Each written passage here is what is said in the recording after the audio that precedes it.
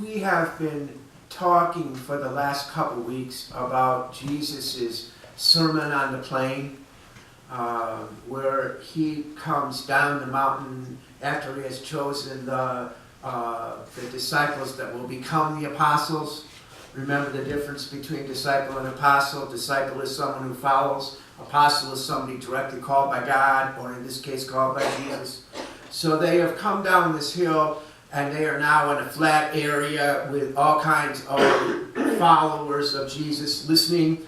And Jesus talks this sermon on the plain, unlike the Sermon on the Mount, where it is all about blessings. This is also about woes. This is about two different things. It's about blessings and it's about woes. But even more importantly, it's about a kingdom of God that is totally opposite of the worldly kingdom, where the poor are honored, where those who are weak are given strength, where those who weep are glad and have laughter.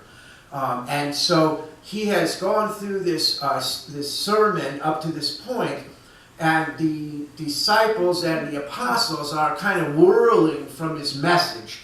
That we've talked about this before, if you want to be first, you must be last. You must serve others. And he has talked about the idea of people being last. And so the whole sermon on the plain is a total reversal of the worldly order that we see.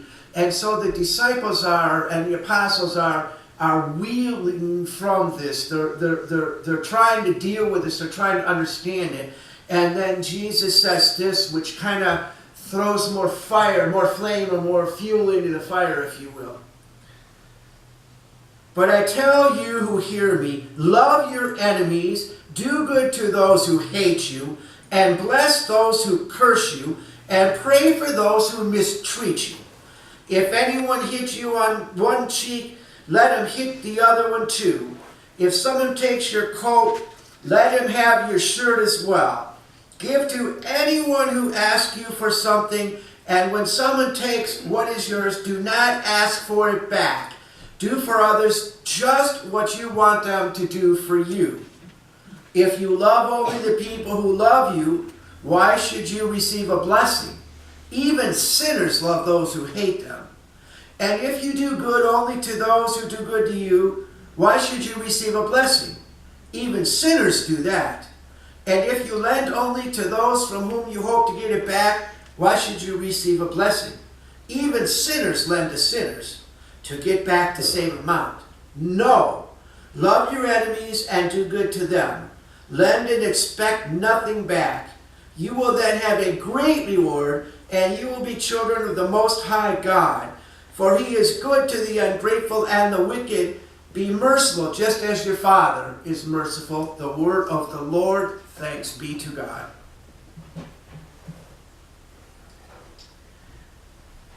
Okay. First of all, we have to understand. Is this no. First of all, we have to turn on the mic. Okay. First of all, we have to understand that this story about Jacob is a story of forgiveness. It is not a story of revenge as we would think it would be. To say that they sold their youngest, or not their youngest, but their brother into slavery, in effect, would be a story of the brother getting even. How could you do this to me? It is not. It is a story of forgiveness. And it is a story about a young man who believes so much in God that he believes that there is a reason for everything that is happening to him. And there is a reason for it. God will use Joseph to provide food, or to come up with a way to provide food to not only the people in Egypt, but to people all over the whole region when 7 years of famine come along. But he will also save the lifeline, if you will, the line of heredity between Abraham and Sarah, King David, and eventually Jesus. He will step in the middle of that, and he will save that lifeline so that we can continue on down through history and see King David and eventually get to Jesus. Now, one of the things that I don't like about all of this and dissecting these individual little pieces of Scripture and talking about it, starting here, we don't get a picture. We don't get a big picture. I do not like not having a big picture. So I have my handy-dandy chart. We start out with Abraham and Sarah, and God promises Abraham eventually there will come a Messiah, a ruler, right? Sarah and Abraham have kids. She's 90. They have Isaac. Isaac marries Rebekah. Isaac and Rebekah have Esau, and they have Jacob. Remember, we don't have a lot of time for biblical history, but remember those are the two. Isaac was the one that had hair all over his body. And so Jacob is the one that put the animal hide on, went to his father when he's dying and said, I am Esau. And he rubbed him and said, yes, you are Esau, you have my birthright. And there was nothing once he said it that they could do. Jacob stole the birthright. Okay, so Jacob gets sent by his grandfather, Abraham, to go to Mesopotamia to his relative to Bethuel, and he has an uncle by the name of Laban, and he will marry the daughter of Laban. Now, Laban has two daughters, Leah and Rachel. Now you know this story, Leah, and you've heard these names, Leah and Rachel. Leah is the oldest. Well, it turns out that Jacob falls deeply in love with Rachel. And so he says to Laban, what do I do in order to win the hand of Rachel? And Laban says, you will work with me for 7 years in the fields. So he works for Laban for 7 years, high price to pay. I hope she was worth it. But I only would have worked 3. No. But so he says, so he works 7, and then it's the day of the marriage, and he gets married. And that night, Laban sneaks Leah in instead of Rachel, and he ends up consummating the marriage with Leah without realizing it, and wakes up in the morning and he's married to the wrong woman. And so he's all upset, and he goes to Laban and he says, what the heck? And Laban says, I cannot let my younger daughter be married before my older daughter. So he says, well, I still love Rachel, what do I have to do? And Laban says, work 7 years. So he works another 7 years, and he ends up with 2 wives, Leah and Rachel. Now Leah, it turns out, is very good at conceiving children. Like boom, boom, boom, boom. Rachel cannot conceive children. So Rachel is jealous of Leah. She's very upset. She prays and she prays and she prays. And finally, the Lord hears her request, and she has 2 children, Benjamin and Joseph. Okay, now, Joseph is the one we're dealing with today. Joseph. But in the midst of this, of the brothers and the sisters of Joseph, there's 4 key people that are important here that Jacob gets involved with. He has, with Leah, he has Reuben, Simeon, Levi, Judah, Issachar, and Zebulun. And then finally she has one daughter, which is the only daughter in this whole mix, is Dinah. So she has a daughter. Now, Leah has a slave girl, and he sleeps with a slave girl, and they have 2 children, Gad and Asher. Rachel has Benjamin and Joseph. She has a slave girl, Bilhah, and under Bilhah, they have Gad and they have Naphtali. So, in other words, when we talk about Joseph and his brothers, we're not talking about 2 or 3 brothers here. We're talking like 10 brothers. So, Joseph has these dreams. And in his dreams, he sees his family members bowing down to him. And he kind of makes the mistake of sharing that with his brothers, which does not please them.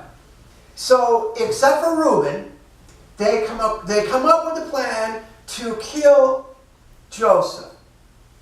And what they say is, and it really is Reuben that comes up with this plan. He says, what we'll do is we'll throw him into a well out in the middle of nowhere and we'll leave him. And he'll die. Well, Reuben's plan is, as soon as the brothers are gone, he's going back to get him. He'll pull him out of the well and he'll send him back to Jacob back home.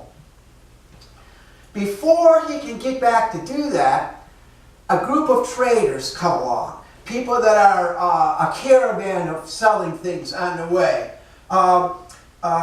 They are Ishmaelites.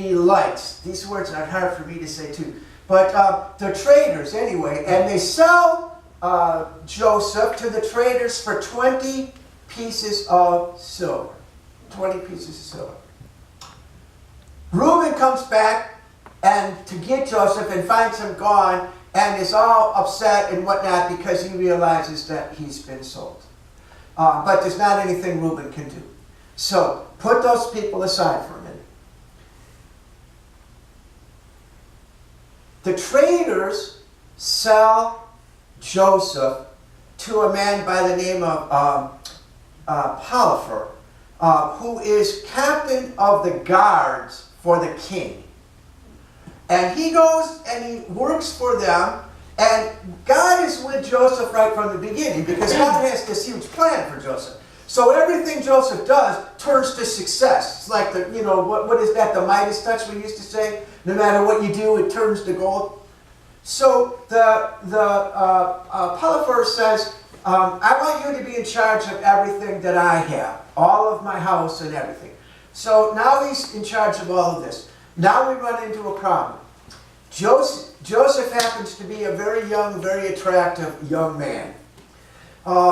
And so Potiphar's wife happens to take an interest in Joseph. And so one day when no one's around, she pulls Joseph into the bedroom, rips off his robe. Well, Joseph is very faithful, not only to God, but to everybody else. So Joseph runs out. So now she is a woman scorned, right? So she calls out to all of the people, all of the servants, and she says, he raped me, look what happened, here's his robe, here's his robe. So Potiphar comes back, he's all upset and mad, and Joseph ends up in prison. God is still with him. The head of the prison likes him. He does well. Now Joseph's in charge of all the prisoners. Now, the king's head cook and the king's head wine steward make the king angry and end up in prison. Joseph meets them. They have dreams. And Joseph says, well, let me kind of tell you about those dreams. And Joseph interprets the dreams. Now, unfortunately, the cook, he kind of gets executed by the king. But he does reinstate the wine steward. Must not have been that good of a cook. But he does reinstate the wine steward. Now, the king has a dream. And he doesn't know what it means. And so the wine steward remembers about Joseph, and he says to Joseph, or he says to the king, in the prison there is a young man named Joseph who can interpret dreams. Send for Joseph. So the king sent, we're going through about 30 chapters of the Bible in 5 minutes, so bear with me here. So the king sends for Joseph. The king explains his dream. Joseph says, I cannot interpret your dreams, but God will give you a favorable impression and idea of what it means. And he says, what this means is that there will be 5 years of really abundance and 5 years of famine. Yes, of famine. And then he says, you know what? What I would do is I would take a certain amount each year and store it so that when the famine comes, you will have food stuff. And the king says, you are the one that has the most wisdom and the most insight of anyone anywhere around in my country. I'm going to make you the ruler of my country. So now Joseph is in charge of all of Egypt. In charge, in charge, in charge. Something happens, in charge. Something happens in God's plan. No matter what happens, this is my plan. This is what's going to happen. Jacob is experiencing the famine way up in Canaan. And he hears that there is food down in Egypt. And he says to the boys, go down to Egypt and buy food and bring it back. So they go down, they travel to Egypt, and who do they meet? They meet Joseph. They don't recognize Joseph, but Joseph recognizes them. Now, I said at the beginning, this is not a story of revenge. Although Joseph kind of makes it a little difficult for him for a minute. They kind of sweat a little bit of, who is this guy and what are we doing? He wants him to go back and get the youngest son and bring the youngest son back, and Jacob wouldn't approve of that. He puts him in a bind. But what we pick up this morning is Joseph has sent all the people out, all of the servants out, and he says to these people, it is me, Joseph, your brother Joseph. And then he says, is my father still alive? And they're so terrified they can't answer. Right? What is he going to do to us now? He's going to kill us. But he does not kill them. He sends them back with a message to his father. Come and live down here in Egypt. You will live in Goshen, which is in the eastern part of Egypt in the fertile Nile Valley. In other words, come and live in Bloomfield Hills, Michigan, where everybody's rich and everybody... That's what he says to them. Come on. And so he comes. And so Joseph then throws his arms around his brothers, and that's kind of where we leave off. He's now back with his brothers, and they are coming to live with him. But the key of it, as I said at the very beginning, is that God has a plan and uses Joseph in order to ensure that thousands and thousands of people will not starve to death. And that this family tree will continue on through Joseph and his time down into King David and eventually down into Jesus.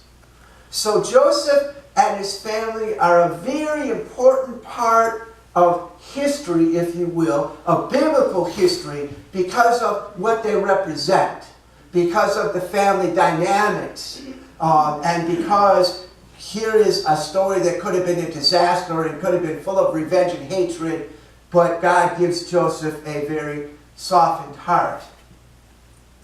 Okay, now, Paul continues on talking to the church in Corinth. He's been talking about Christ. He's been talking about the importance of Christ. He's been talking about what they call the centrality of Christ. Did I talk about this before? Meaning that Christ is central to our sense of who we are as Christians. That to Paul, Paul was saying, if Christ was not raised from the dead and did not ascend, then I would have nothing to talk about, I would have nothing to preach about, and you would have nothing to believe in. Pretty strong statements. So he's gone through all of this with the people in Corinth patiently as he's writing these letters, explaining.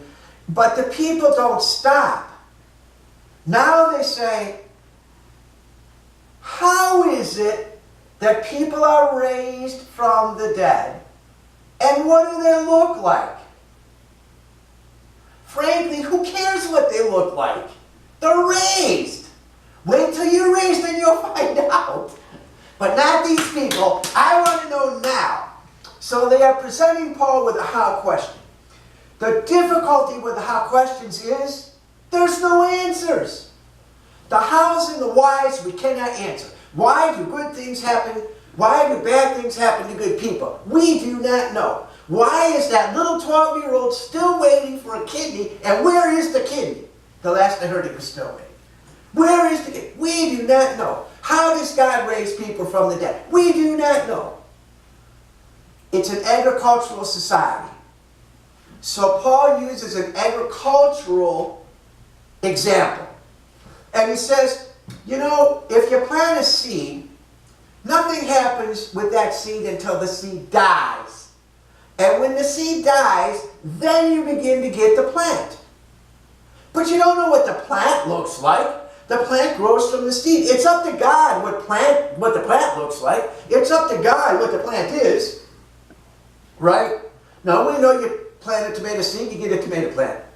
Okay, we get that. But it's up to God. The point is, it's up to God what it looks like. What Paul is saying is that God raised Jesus.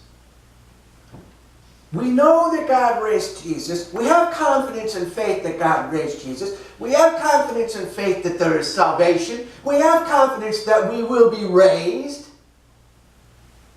Have confidence in God. Be thankful for being raised. And let God worry about the details.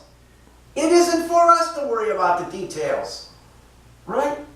It's not for us. Now this raises a very important question. I think we talked about it before, but I might be wrong.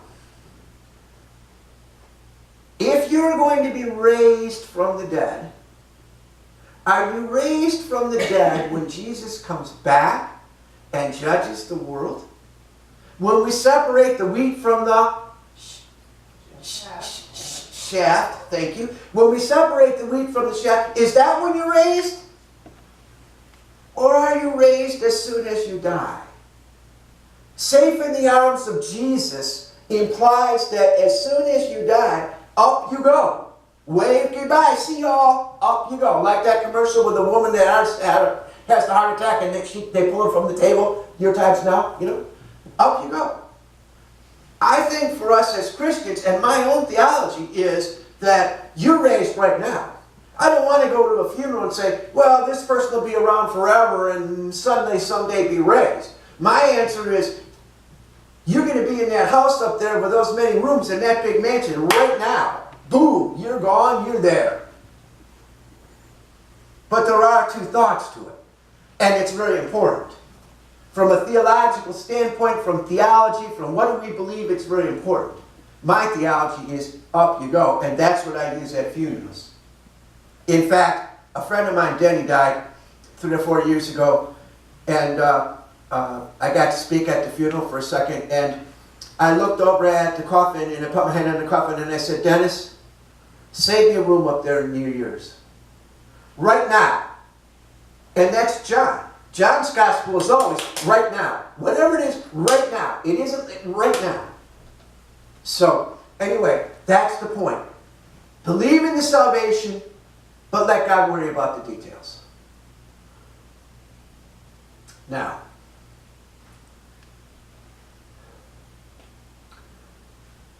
they have come down the mountain. I have a list of those that were chosen.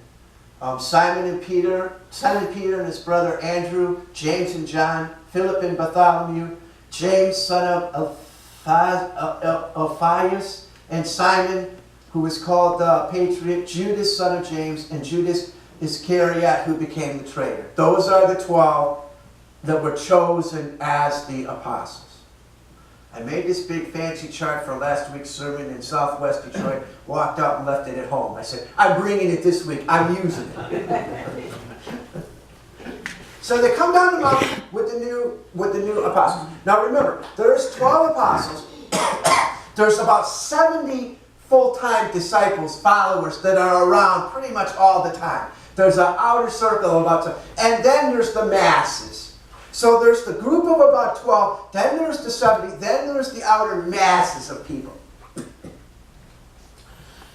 So Jesus has said that, in effect, what he's done is turned this whole thing upside down.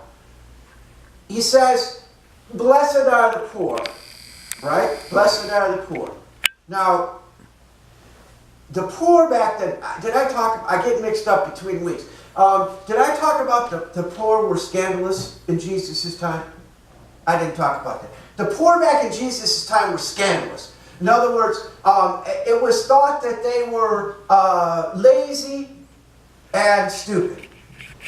Now, I'm watching a documentary last week, about poor people. And this guy that's poor says, and people think that we're lazy and stupid. And I thought, 2,000 years later, we're still saying this? The rich hated the poor. They thought they were dirty. They thought they were diseased. So when we say that the poor will become honored, that is a tremendous statement. That is a tremendously different statement for all of these people to hear. The poor will become honored. The rich will receive the reward right here now on earth. Those who have a lot to eat, who are fortunate enough to have a lot to eat, but who are eating because they have oppressed other people to get where they are, their plates will be empty. Those who weep will laugh.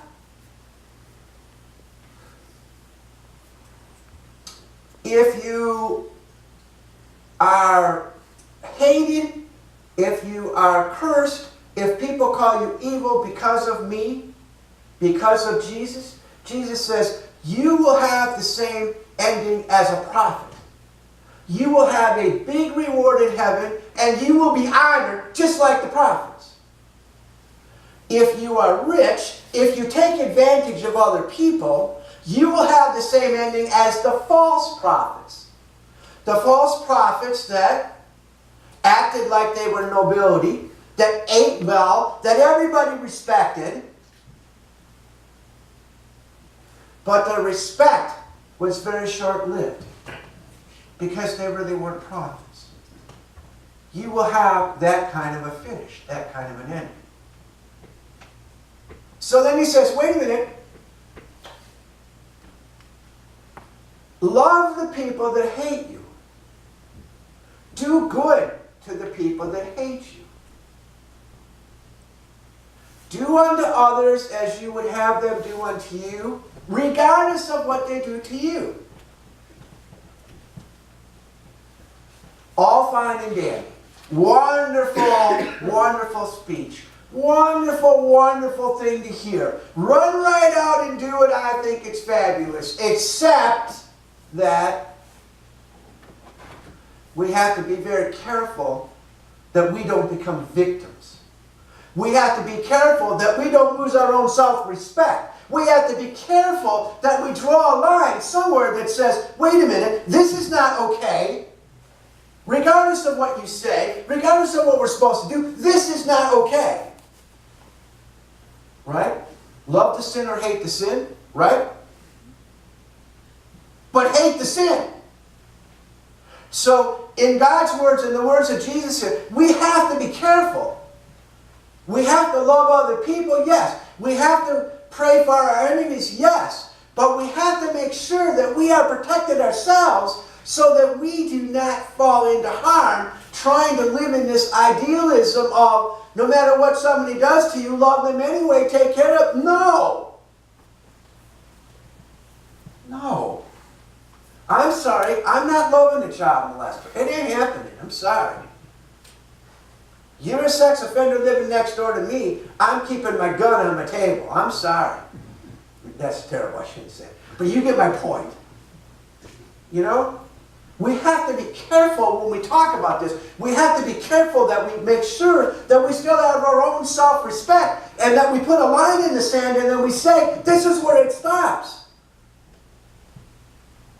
I don't know about you, and I'm not political and I'm not making a political statement, but I'm telling you, this stuff with Trump and Russia scares the hell out of me. I'm sorry.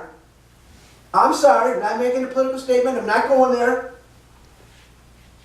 And this stuff with North Korea, are you kidding me? You know, I mean, come on. You see, we have to put a line in the sand and we have to say, okay, but let's make sure that we understand who our enemy is and what we're doing. Who the sinner is and what they're doing. And what do we do about it? What do we do about it? So I appreciate 100% the sermon. I appreciate 100% what he's saying. But I think along with that, we have to use our own brains And we have to look at ourselves and we have to say what makes sense in 2020.